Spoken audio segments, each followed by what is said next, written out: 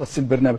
زمان كان يجيبوا الحكام في البطولات الافريقيه لينا والانديه تانية، مش احنا بس، ونقعد مع الحكم، وانا كنت بقعد مع الحكم ككابتن. الحكم يقول لي عايز ضربه جزاء ولا تطرد لعيب، ومعايا الاداره ومعايا مدير الكوره ومعايا مدير اداري قاعدين معايا، اختار ايه؟ لا سلام مش فاهم دي يعني حكم يقعد معاك، انا يقعد معاك بس. زمان الحكام الافارقه كانوا بيجوا يقعدوا معانا قبل المباراه، احنا عايزين ايه؟ انت بتتكلم جد يا كابتن؟ خلاص بقى. انت بتقول يا كابتن تقول حاجه صعبه جدا يا كابتن. والله صح، اتكلم بجد. الحكام الافارقه ده بيجوا النادي الزمالك؟ مش احنا بس، احنا وانديه ثانيه كانوا. الحكم اول ما يجي عايز يروح بورسعيد، اسمع بس، اسال بتوع بورسعيد، عايزين يروحوا بورسعيد يعمل شوبينج، ماشي، وبعدين ينزل عايز حاجات ثانيه يشتريها من القاهره، ماشي، مش عارف عايز ايه، حاضر ماشي. اصدقائي ديالي السلام عليكم ومرحبا بكم مره اخرى في قناتنا وقناتكم ماروك بريس. كنتمنى تكونوا بخير وعلى خير بصحه جيده وفي احسن احوالكم. الاصدقاء ديالي الا كنتوا اول مره كتشاهدوا القناه ديالنا قناه ماروك بريس، ما تنساوش تشتركوا في القناه، كذلك تفعلوا الزر ديال الجرس، لايك الفيديو وبارطاجيو لي الفيديو مع الاصدقاء ديالكم باش تدعمونا واستمروا في نشر المزيد من الفيديوهات في هذه القناه. في هذا الفيديو اخوتي كما شفتم مقدمه الفيديو، محلل مصري في احدى القنوات المصريه كيعترف باللي كانوا كيشريو الحكام وكيجلسوا معاهم على الطبله وكيتفاهموا معاهم، يا بغاو بيت بغاو بيلانتي بغاو يطردوا شي واحد، المهم على حسب داكشي اللي تفاهموا معاهم. داكشي نيت اللي وقع على خوتي نهضه بركان يوم امس. الحكم وتقول واش بغا يهدي الله وبغى يرجع الفار، بغى يعيط للفار واللقطات ما كيتعاودوش.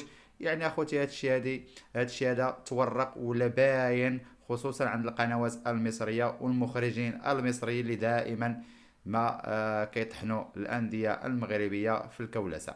بلا ما نطول عليكم نشوفوا اشنو قال الاعلام العربي ونتلاقاو في نهايه الفيديو.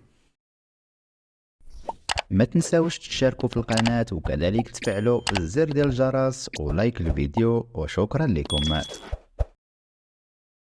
افريقية، عن دوري الابطال، عن التعادل بين الترجي الرياضي التونسي والاهلي المصري صاحب اكبر عدد من الالقاب في هذه المسابقة، وتتويج فريق مصري اخر الزمالك بالمسابقة القارية الثانية. سنتحدث ايضا عن الكرة الانجليزية، مانشستر سيتي وارسنال، وهذا الصراع حتى اللحظة الأخيرة بينهما من أجل اللقب الرابع لمانشستر سيتي على التوالي والعاشر في تاريخه. كل ذلك برفقة ضيوفنا، برفقة طارق الجاني، أهلا وسهلا بك. مرحبا. مدرب في كرة القدم. نرحب بطارق رضوان، أهلا وسهلا بك في البرنامج وفي باريس. قادم من القاهرة. برفقتنا محمد مندور، أهلا وسهلا بك محمد. أهلا وسهلا بك، أهلا بكل ضيوفك وعبد السلام ضيف الله، أهلا وسهلا بك عبد. تحياتي وديعة للحضور الكرام.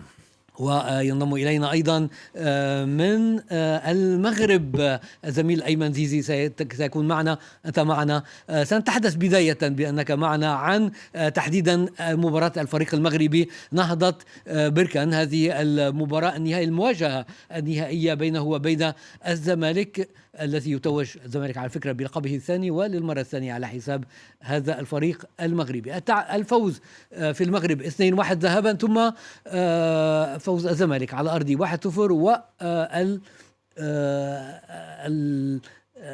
ما اعتدنا عليه حقيقة الفوز بالهدف الذي سجل خارج القواعد فعلا. بالنسبة لفريق الزمالك. أبدأ من يريد أن يبدأ؟ نعم. عبد السلام. نعم، طبعا كانت مباراة صعبة جدا، صعبة، ولكن كما ذكرت وديع من حيث انتهيت أنه الهدف الذي سجله سيف الدين الجزيري كان وازنا بشكل كبير.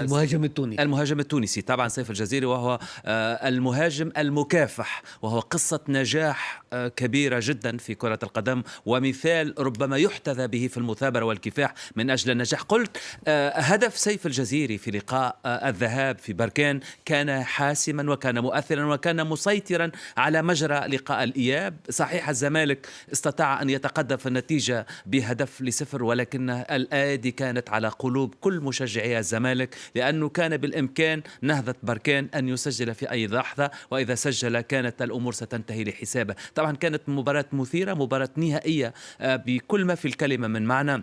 ربما الزمالك يحتاج إلى هذا التتويج لأنه يخرج من أزمة ويريد أن يعود للألقاب بشكل كبير على المستوى القاري، ونهضة بركان هذا الاسم الصغير الذي أصبح كبيرا في القارة الإفريقية. صحيح، هو أصبح الآن وجود سنوي يعني كل عام نعم على هذا المستوى القاري. محمد مندور، يعني الزمالك استحق الفوز على ضوء الاداء في المباراتين، برغم ان هو ما كانش افضل شيء في الشوط الاول في مباراه الذهاب. في الشوط الثاني تدارك نفسه، احرز سيف الدين الجزيري. ويمكن عايز اكد على كلام عبد السلام، لان سيف تحول في فتره زمنيه بسيطه من كم الانتقادات الكبير اللي كان بيعانيه سواء مع المنتخب او مع نادي الزمالك حتى لاشادات عديده سواء من الجميع. يعني الحقيقه سيف في فتره زمنيه بسيطه قدر ان هو يحسم بعض المباريات المهمه لنادي الزمالك، مباراه الذهاب، مباراه الاهلي، في اكتر من مباراه. فالحقيقه ده شيء مهم.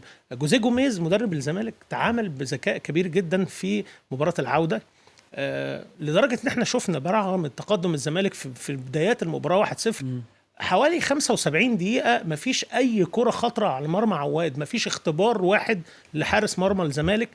وده شيء يحسب للمدير الفني، ده شيء يحسب إذا منظومة دفاعية قوية ثابتة، تطوير المدافعين. حمزة المسلوسي الذي كان مسار سخرية عند البعض، أنا بشوف أنه هو حجز مكان حتى في المنتخب التونسي في الفترة القادمة اللي كان مستبعد دائما. حمزة المسلوسي واحد من أفضل المدافعين على الساحة بفضل جوزيه جوميز. حسام عبد المجيد أكتر من 15 كرة عرضية اللي هي نقطة قوة نهضة بركان. حمزة لأنه تغيير المركز نعم في محور الدفاع كان مؤثر جدا فعلا في أداء حمزة المنثوثي، وهذا فعلا ما أعطى ثقة لدفاع الزمالك وأعطى ثقة للاعب وأكد أنه جدير بمركزه كأساسي. لذلك فاليوم لازم أن نهضة بركان صحيح أن نخرج مرفوع الرأس، لكن لازم يرفع شكوى، لأن بهذه الطريقة مش ممكن تستمر. لا لا لا، شوفوا الفرق ما بين مباراة الذهاب ومباراة الإياب. مباراة الذهاب كانت فيه لقطة كان ممكن ينطرد فيها لاعب نهضة بركان، وهيثم تكلم عليها تقريبا 10 دقائق وما عنده الحق. ليش عنده الحق؟ لأن المخرج المغربي جمع جميع الزوايا. أنا أتكلم عن المخرج من المصدر في مصر، كان عند الزمالك كان عنده دفع جوي، وليس مخرجنا هنا جزاه الله خير. مخرج من المغرب جمع جميع الزوايا، أعطي الناس وخليها تحكم، وخلي الناس تاخذ كل واحد ياخذ رأيه ويعطي رأيه. هذه هي كرة القدم، لكن بهذه الطريقة تهضم حقك. ولذلك اظن بان نهضة بركان خرج من المباراه في نفس، وانت تكلمتيني قلتي لي بان اللاعبين نهضة بركان خرجوا من المباراه، معلوم خرجوا من المباراه لان تهضم حقهم. لذلك فممكن نتكلم على التغييرات، نتكلم على الاسلوب اللي لعب به نهضة بركان، لكن لازم نعود على بعض الاشياء.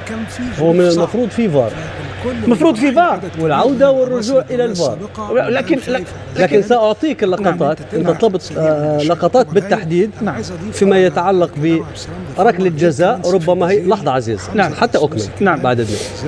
انت طلبت لقطات، حنوفر لك اللقطات بقنوات في سبورتس فيما يتعلق بوجود حالات تحكيميه جدليه، وستعطي فيها رايك بكل وضوح وبكل صراحه، وسمنح لك الوقت الكافي. لكن دعنا نتحدث عن هذه الحالات بعد مراسم التتويج. تفضل سامي، تقييمك للحدث للنهائي. مبروك الزمالك، مبروك للكابتن هيثم،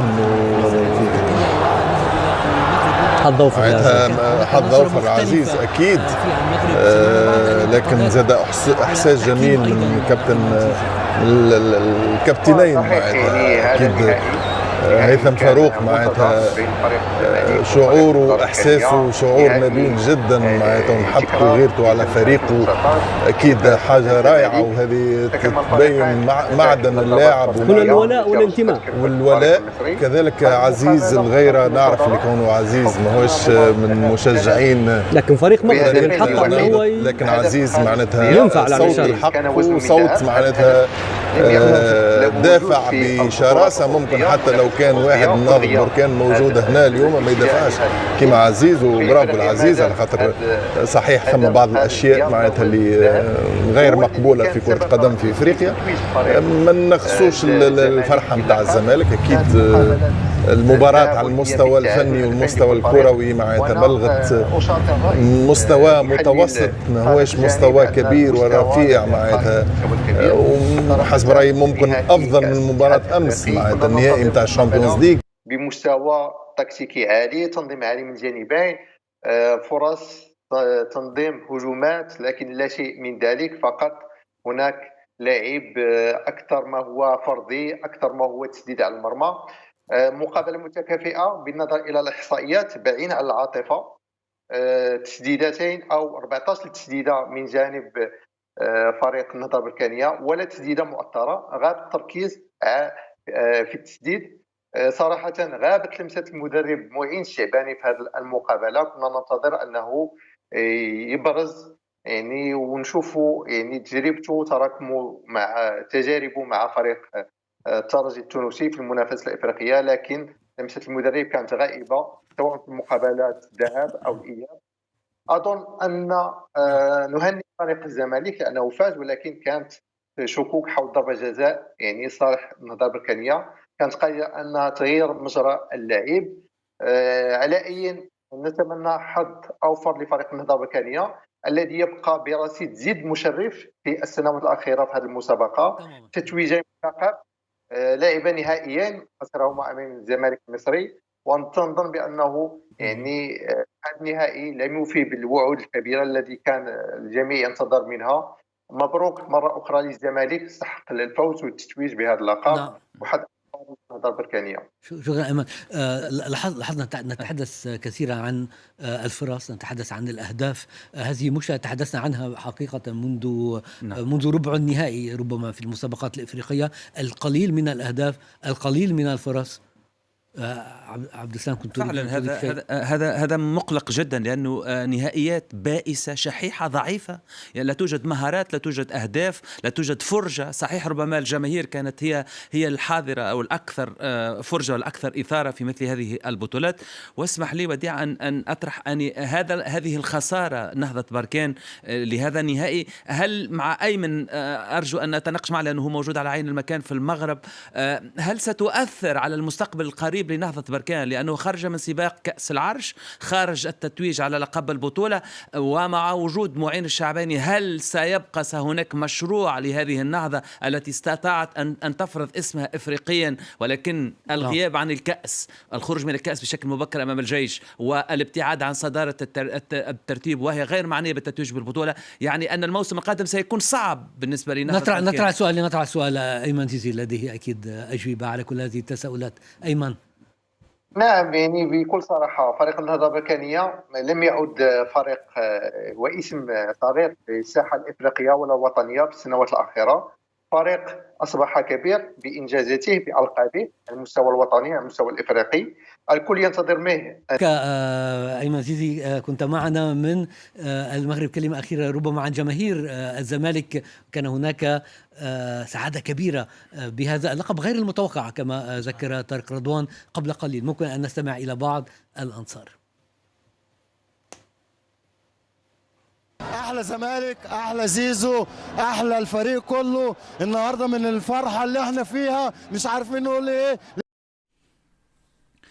اصدقاء ديالي وصلنا لنهايه ديال الفيديو. كنتمنى الفيديو ديال اليوم يكون نال الاعجاب ديالكم. الا عجبكم كتبوا لي اسفل التعليقات الاراء ديالكم حول هذا الموضوع وهذا التحكيم اللي دائما ما كيظلم الانديه المغربيه. شفنا الظلم تحكيمي ضد فريق حسنية اكادير مع الزمالك المصري، ومره اخرى مع الرجاء ضد الاهلي المصري. ضربة جزاء من عالم اخر، يعني مخرج المباراة تعمد انه وكذلك الطاقم اللي كان في الفار تعمدوا انهم يعطيو لقطة اللي كتبين ضربة جزاء، ولكن حتى ضربة جزاء ماركوها وسجلوها. عاد المخرج دار الاعادة وعطاهم زاوية اخرى كتبين باللي الكرة قاس في الرجل ديال اللاعب وما قاسوش في يده، وتم اقصاء فريق الرجاء بنصف نهائي ديال الشامبيونز ليغ بسذاجه صراحه، بخطا ماشي نقولوا خطا ولكن هادشي راه مقصود اخوتي. فاش تاكد دابا بلي هادشي مقصود يوم امس عاوتاني نفس التيران، نفس الملعب، نفس الاحداث كتوقع عاوتاني. الفريق نهضة بركان، المخرج ما كيبغيش يعاود اللقطه، الحكم ما كيبغيش يمشي للفار، ما كيهضر ما كيدير، كيقول لك لعب ولا نعطيك صفره، كيهدد اللاعب مسكين كيقول له الفار تيقول له لعب ونعطيك صفره. يعني مسكين اللاعب كيولي خايف، كيولي لاعب ما عنده ما يدير. كان هذا هو الفيديو ديال اليوم، نتلاقاو في فيديو قادم اخوتي ان شاء الله.